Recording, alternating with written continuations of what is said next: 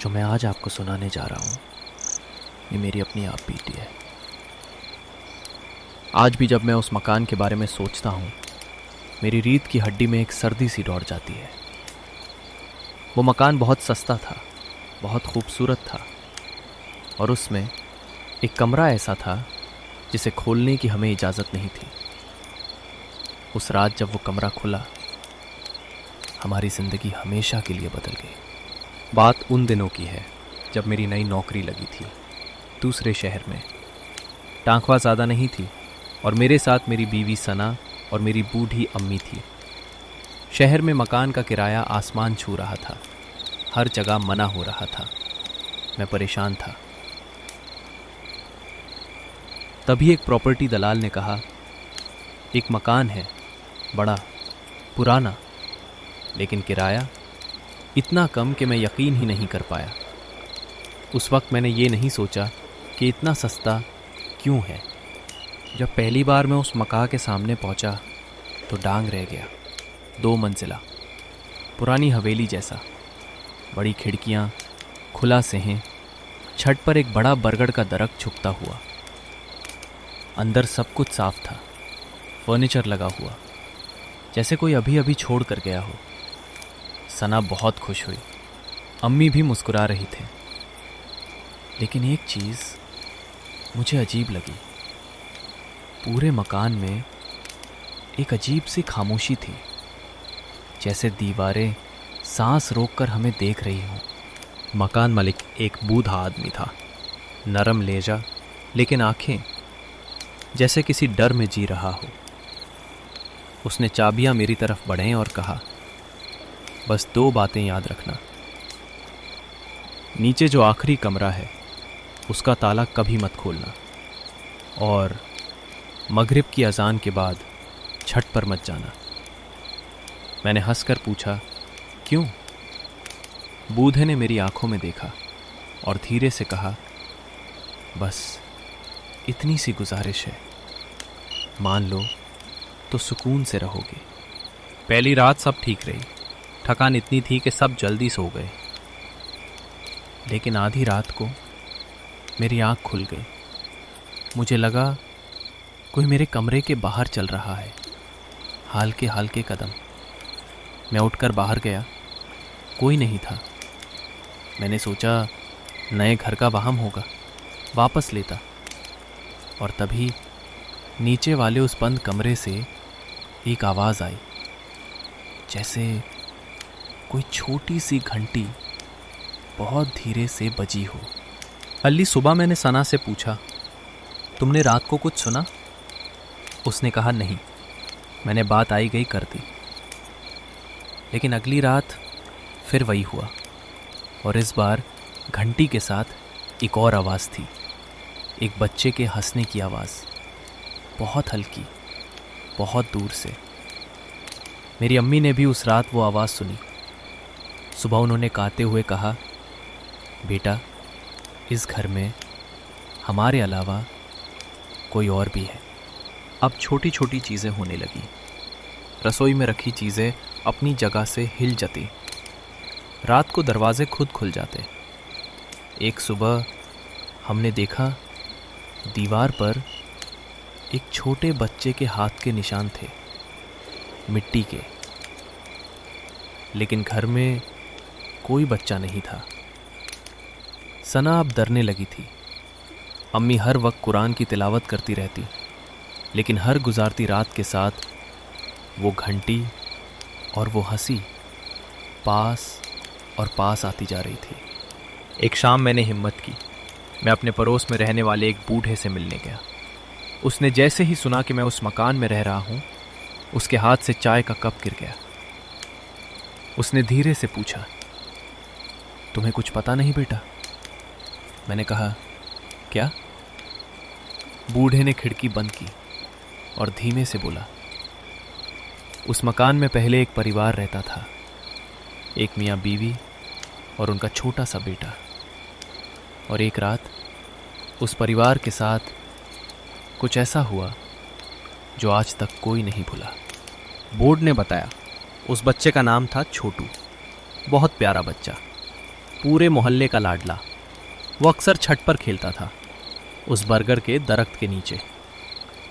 फिर एक मगरिब जब सूरज डूब रहा था, वो छत पर खेल रहा था और किसी ने उसे नीचे खेलते हुए नहीं देखा। उस रात उसकी लाश उस बरगद के नीचे मिली। कहते हैं वो खुद नहीं गिरा था, कुछ उस दरख्त पर था जो उस बच्चे को अपने साथ ले गया। मैं सुन रह गया। बूदे ने कहा, उस हादसे के बाद वो मियाँ बीवी पागल हो गए। कहते थे छोटू अभी भी घर में है, वो रात को हमें बुलाता है। एक रात वो दोनों उस बंद कमरे में चले गए जो आज तक बंद है। सुबह वो कमरा अंदर से बंद था और वो दोनों उसमें नहीं थे। बस उनके कपड़े मिले और दीवार पर एक बच्चे के हाथ के निशान। उस दिन के बाद उस मकान में कोई ज़्यादा दिन नहीं टिक पाया। मैं कामता हुआ घर लौट आया। मैंने फैसला कर लिया, हम ये मकान छोड़ देंगे। लेकिन उस रात मौसम अचानक बदल गया। ज़ोरों की बारिश, बिजली चली गई और उसी अंधेरे में सना ने मेरा हाथ पकड़ा और धीमे से बोली, सुनो, नीचे कोई रो रहा है। मैंने कान लगाए। सच में नीचे उस बंद कमरे से एक बच्चे के रोने की आवाज़ आ रही थी। इतनी दुखी, इतनी अकेली कि मेरा दिल पिघल गया। वो बच्चा मदद मांग रहा था। मैं मोमबत्ती लेकर सीढ़ियाँ उतरा। हर कदम के साथ वो रोना तेज़ होता गया। मैं उस बंद कमरे के सामने खड़ा था, वो ताला जिसे खोलने की मना थी। और तभी रोना अचानक रुक गया। एक गहरी खामोशी और फिर उस कमरे के अंदर से एक बच्चे की आवाज़ आई, बहुत नर्म, बहुत मासूम। उसने कहा, चाचा दरवाज़ा मत खोलना, वो अभी भी यहाँ है। मेरी रीढ़ में सर्दी दौड़ गई। बच्चे ने मुझे बचाने की कोशिश की थी। मैं पीछे हटा, लेकिन तभी मोमबत्ती बुझ गई। घुप अंधेरा, और उस अंधेरे में मुझे महसूस हुआ कोई मेरी तरफ देख रहा है। नीचे से नहीं, ऊपर से। मैंने धीरे से सर उठाया। सीढ़ियों के ऊपर अंधेरे में दो आंखें चमक रही थीं, पीली, बड़े बड़े, किसी इंसान की नहीं, और वो मुस्कुरा रही थी। मैं जान पर खेलकर ऊपर अपने कमरे की तरफ भागा। सना और अम्मी को जगाया और उस रात हम तीनों एक कमरे में एक दूसरे से लिपात कर सुबह का इंतज़ार करते रहे। यहाँ मैं 1 मिनट रुकता हूँ। ज़रा सोचिए, आधी रात, बारिश, बिजली गायब, एक बंद कमरा जिसे खोलना माना है, एक बच्चा जो मदद मांग रहा है, और सीढ़ियों के ऊपर वो पीली आंखें। आप उस वक्त उस घर में होते तो क्या करते? उस बंद कमरे को खोलते या सुबह तक इंतज़ार करते? नीचे जाते या भाग जाते? कमेंट में ज़रूर बताइए, मुझे सच में जानना है। अब कहानी का सबसे खौफनाक हिस्सा। सुबह होते ही मैं एक मौलवी साहब के पास गया, उस इलाके के बुज़ुर्ग आलिम। मैंने उन्हें सब कुछ बताया। वो खामोशी से सुनते रहे। फिर उन्होंने कहा, बेटा, उस घर में एक रूह फंसी हुई है, उस मासूम बच्चे की। वो बुरी नहीं है, वो सिर्फ वहाँ से जाना चाहती है। लेकिन उस दरख्त पर, उस बंद कमरे में कुछ और है, एक बुरी चीज़ जो उस बच्चे की रूह को वहाँ से जाने नहीं दे रही। उसने उस बच्चे को कैद कर रखा है। मौलवी साहब मेरे साथ उस घर आए। उन्होंने कुरान शरीफ साथ लिया। अम्मी और सना को उन्होंने बाहर भेज दिया। फिर हम उस बंद कमरे के सामने खड़े थे। मौलवी साहब ने आयत पढ़ना शुरू की और जैसे ही उन्होंने पढ़ा, उस कमरे के अंदर से एक ज़ोर की टक्कर की आवाज़ आई। जैसे कोई दीवार से सर मार रहा हो। फिर चीखें, एक नहीं कई। कुछ उस कमरे में गुस्से में आ गया था। वो नहीं चाहता था कि हम उस बच्चे को आज़ाद करें। मौलवी साहब ने कहा, ताला खोलो। मेरे हाथ काँप रहे थे। मैंने वो पुराना ताला खोला और दरवाज़ा धीरे से खुला। अंदर गुप्त अंधेरा था, एक अजीब सी बदबू, और फर्श पर धूल में एक छोटे बच्चे के कदमों के निशान, जो दरवाजे तक आते थे लेकिन बाहर नहीं जाते थे। कमरे के कोने में एक छोटी सी परछाई बैठी थी, घुटनों में सर दिए। वो छोटू था और उसके ठीक पीछे वो पीली आंखों वाली चीज़ खड़ी थी। मौलवी साहब की आवाज़ बुलंद होती गई। वो पीली आंखों वाली चीज़ तिल मिलाने लगी। उसकी परछाई दीवार पर फैलती, सिमटती, फिर से फैलती, और उस बच्चे की रूह धीरे धीरे उस चीज़ के कब्जे से निकालने लगी। छोटू ने पहली बार सर उठाया। उसने सीधा मेरी तरफ देखा। उसकी आंखों में आंसू थे। उसने बहुत धीरे से कहा, चाचा, मुझे अम्मी के पास जाना है। मुझे यहाँ बहुत डर लगता है। मेरे आंसू निकल आए। मौलवी साहब ने आखिरी आयत पढ़ी और उस कमरे में एक तेज़ हवा चली। मोमबत्तियाँ बुझ गईं। एक आखिरी दिल चीर देने वाली चीख गूंजी, और फिर सब कुछ शांत हो गया। वो पीली आंखें गायब थे। उस पूरी चीज़ का वजूद खत्म हो चुका था, और उस कोने में अब कोई परछाई नहीं थी।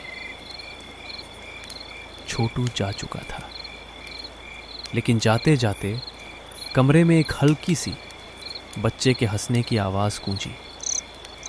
इस बार उस हंसी में डर नहीं था, सिर्फ सुकून था।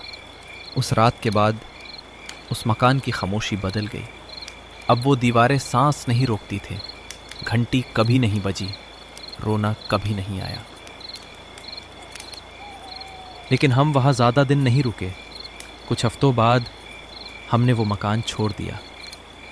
जाते जाते मैं उस बरगद के दरख्त के नीचे गया जहाँ वो बच्चा मिला था। मैंने वहाँ एक दुआ पढ़ी छोटू के लिए, और पहली बार मुझे उस जगह पर कोई डर महसूस नहीं हुआ, बस एक अजीब सा सुकून। आज भी जब कोई मुझे सस्ता मकान दिखाता है तो मेरा दिल एक पल के लिए रुक जाता है, और मुझे वो बूढ़े मकान मालिक की बात याद आती है। बस 2 बातें मान लो तो सुकून से रहोगे। उस वक्त मैंने उस बात को मजाक समझा था, लेकिन उस घर ने मुझे एक सबक दिया जो मैं ज़िंदगी भर नहीं भूलूंगा। कुछ दरवाजे बंद इसलिए होते हैं क्योंकि उनके पीछे कुछ ऐसा होता है जो हमारी समझ से बाहर है। और एक और बात जो उस मासूम छोटू ने मुझे सिखाई,